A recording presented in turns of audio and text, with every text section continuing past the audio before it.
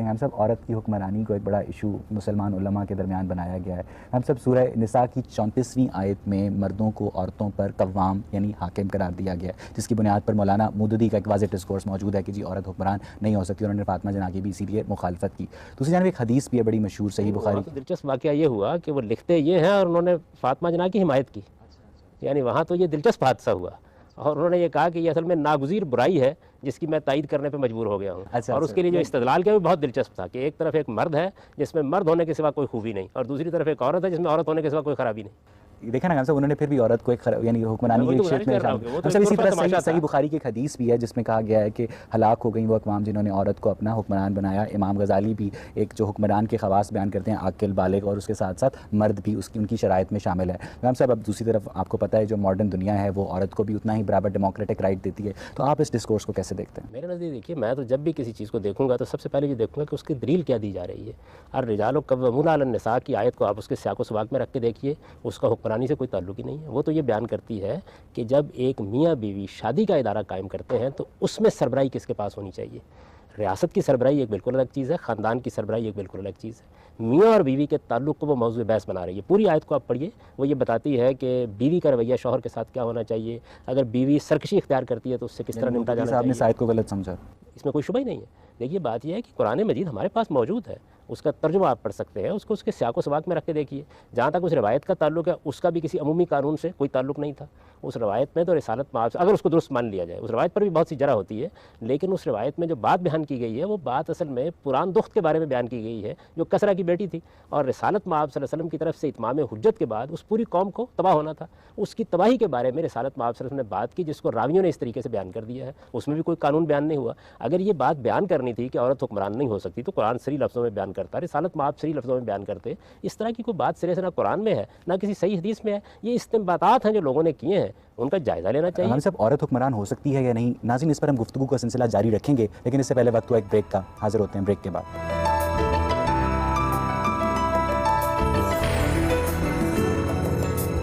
Break کے بعد خوش آمدید. گاندھی صاحب آپ فرما رہے ہیں کہ جو قرآن دخت والی حدیث ہے اس کا تعلق کسی قانون سے نہیں ہے بلکہ وہ حضور نے ایک تبصرہ فرمایا. ہم سب اگر وہ تبصرہ فرمایا گیا ہوتا تو اس حدیث میں قرآن دخت کے الفاظ کیوں نہیں استعمال ہوئے؟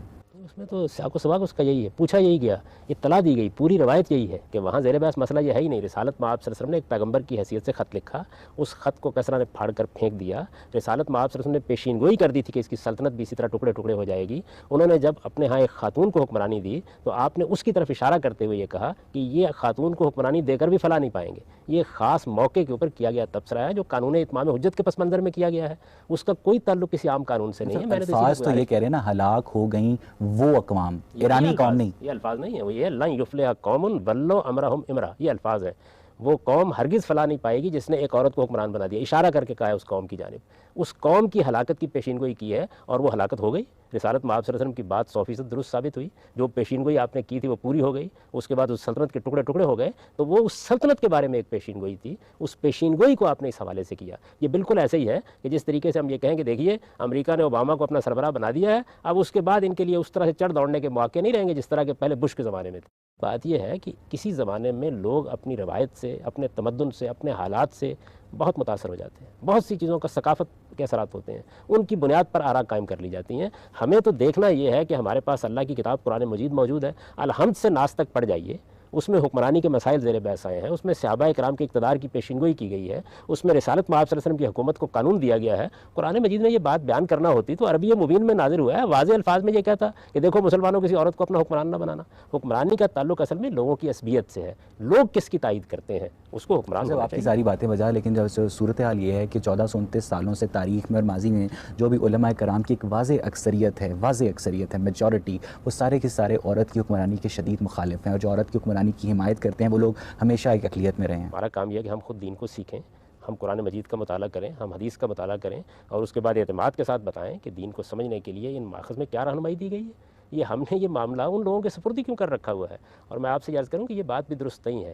ہماری تاریخ میں بہت سے لوگ ہیں جنہوں نے ان نقطۂ نظر پہ تنقیدیں بھی کی ہیں, تو یہ تنقیدیں بھی جاری رہتی ہیں, لیکن عام طور پر ہوتا یہ ہے کہ ہیلدی ڈیبیٹ ہونی چاہیے ہر حال میں ہر چیز پر ہونی چاہیے. میں نے تو آپ سے عرض کیا نا کہ دیکھیں نا, اگر کوئی آیت پڑھی جا رہی ہے تو مجھ کو حق حاصل ہے نا کہ میں اس آیت کا مطلب سمجھوں, میں اس کو اس کے کانٹیکس میں سیاق و سباق میں رکھ کے دیکھوں. حدیث پڑھی جا رہی ہے تو اس کو میں سمجھوں. یہی جو ابو بکر رضی اللہ عنہ کی روایت ہے, مجھے یہ بتائیے کہ رسالت میں آپ صلی اللہ علیہ وسلم نے کسی اور صحابی سے اس کا ذکر نہیں کیا. رسالت میں آپ صلی اللہ علیہ وسلم دنیا سے رخصت ہو گئے, کسی کے یہ علم میں نہیں آئی. سیدنا علی رضی اللہ عنہ کی ایک جنگ کے بعد ابو بکر رضی اللہ عنہ کو یاد آئی اور انہوں نے اس موقع کے اوپر اس کو بیان کر دیا. یہ تو ایک روایت ہے جس روایت کا تعلق ایک خاص واقعے سے ہے. میں سمجھتا ہوں کہ اس کے اوپر یہ تبصرہ ہے, اس کے اندر سے عمومی قانون جن لوگوں نے برآمد کرنے کی کوشش کی ہے انہوں نے حدود آڈینس کی طرف لے کے چلیں گے. جی آپ پوچھیں. گامزی صاحب, سوال یہ ہے کہ جب ہم دیکھتے ہیں کو ایجوکیشن کا مسئلہ ہو یا ویمن جو حکمرانی اس کا مسئلہ ہو, ایک سیکولر دنیا ایک طرف نظر آتی ہے, ریلیجس لوگ ایک طرف.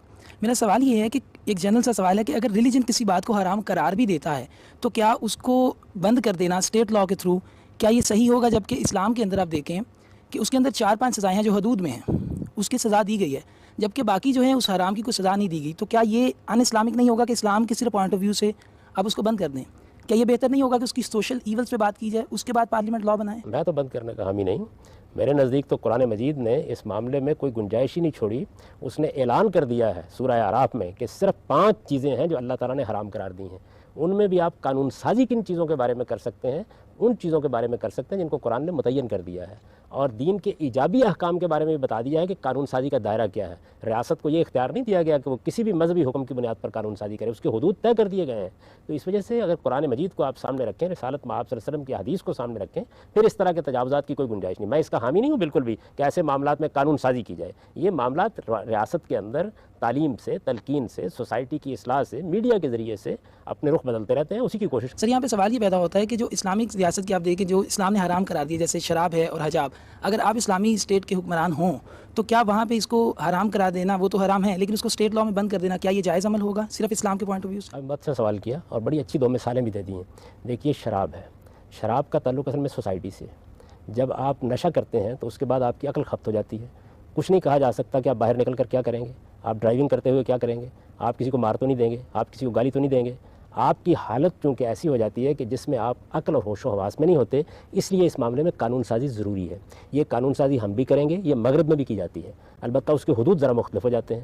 تو شراب کا معاملہ یہ ہے, یہ چونکہ دوسروں کے اوپر اثر انداز ہوتی ہے. میں جب نشے میں ہوتا ہوں خدا نخواستہ, تو اس موقع پر میں اپنے ہوش و حواس نہیں ہوتا. چنانچہ آپ دیکھیے کہ نشہ آور چیزوں کے بارے میں آپ بہت سی پابندیاں عائد کرتے ہیں, یہاں تک کہ سگریٹ جیسی چیز پر بھی آپ نے پابندی عائد کیا, کیونکہ وہ دوسروں کے لیے آزار کا باعث بن جاتی ہے. دنیا بھر میں سگریٹ کے خلاف مہم چلائی جا رہی ہے, تو جو چیز دوسروں کے لیے آزار کا باعث بنتی ہے اس کے اوپر تو قانون سازی کرنی پڑے گی ہر حال میں. وہ ہم بھی کریں گے, وہ دنیا کا ہر اچھا معاشرہ کرتا ہے. اب رہ گیا حجاب, تو حجاب کے بارے میں کوئی قانون سازی کرنے کی ضرورت نہیں. دین نے اس کا کوئی حکم نہیں دیا کہ آپ قانون سازی کریں. یہ آدمی کی رائے کا مسئلہ ہے, اس کو تبلیغ تلقین کے ذریعے سے عام کیا جائے گا.